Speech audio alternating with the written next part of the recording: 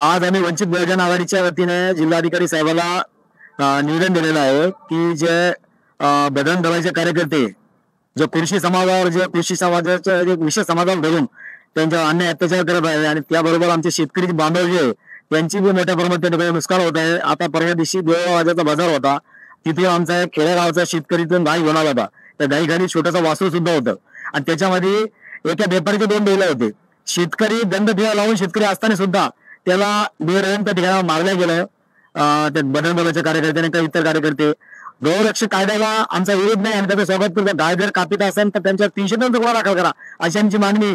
पण जे दुसरे कृषी समाजामधले सुद्धा 70% कृषी समाजाचे जे लोक कृषी समाज आहे, 70% लोक हे दुधाचा व्यवसाय करतात, व्यापार करतात. म्हशी गाई ढोरे दुधाचे शेतकरी विकतात, शेतकऱ्याकडून विकत घेतात आणि 30% लोक खाटी आहेत. आणि त्या कायद्याला आमचा विरोध आहे, कारण की गाय कापू नये आमचं त्याला विरोध आहे. जर पुढे गाय कापत आहे तर आणावा सुद्धा सोबत घेऊन चला.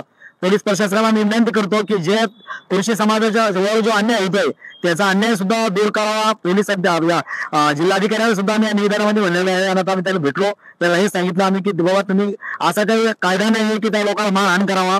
शासन आहे त्यासाठी. त्याच्यानंतर जे गाय जनावर असते त्याचे जो शेतकरी घेतो ते शेतकरीचा दाखला असते, दाखल्याचे तुम्ही शहानिशा काय पाळायला चालले का कापायला चालले बेरहम लोकांना मारून. आता मागे शिवनेरमध्ये घटना घडली. त्या शिवनेरमध्ये गाव आहे त्या ठिकाणी म्हणजे गाडी जाऊन टाकली आणि गाडी सगळ्यात एक मुसलमान माणूस होता त्यालाही जाण्याचा प्रयत्न केला. त्याच्यानंतर हिंदू समाजाचा माणूस होता त्यालाही जाण्याचा प्रयत्न केला. म्हणजे या जालन्यामध्ये या बिहार सरकार राज्य झालेलं आहे. इथं बाकीच्या जिल्ह्यामध्ये सगळं बाकीचे जे राज्य आहे तिथं सगळं काही चालू आहे. इथं ठीक आहे, आम्ही स्वागत करतो. जो कायदा झाला त्या कायद्यात स्वागत आहे आमचं, त्या कायद्याला आमचा विरोध नाही. पण जेव्हा त्या कायद्याच्या नावाखाली जे गुंडगिरी या संघटनेच्या रस्त्यावर उतरून जे लोकांना अन्याय करत आहेत, कृषी समाजाच्या नावाखाली ज्या डोक्याचं टोपी असते तिथे समाजाला मारले होते, ती पाळाला जनावर चालल्या त्याची शहानिशा होत नाही याचा आम्ही निषेध करत आहे. आणि आम्ही आता येणाऱ्या तारखेला म्हणजे 15 ऑगस्ट नंतर आम्ही आता इशारा देत आहे तर आम्ही अवजारं घेऊन शेतकरी अवजार म्हणजे बैराम, नांगर, वखर, कोळपा आणि आम्ही सगळं गाय ढोरं बकऱ्या घेऊन म्हशी हलगड घेऊन सुद्धा आम्ही या जिल्हाधिकारी कार्यालयामध्ये लवकरच घुसणार आहे.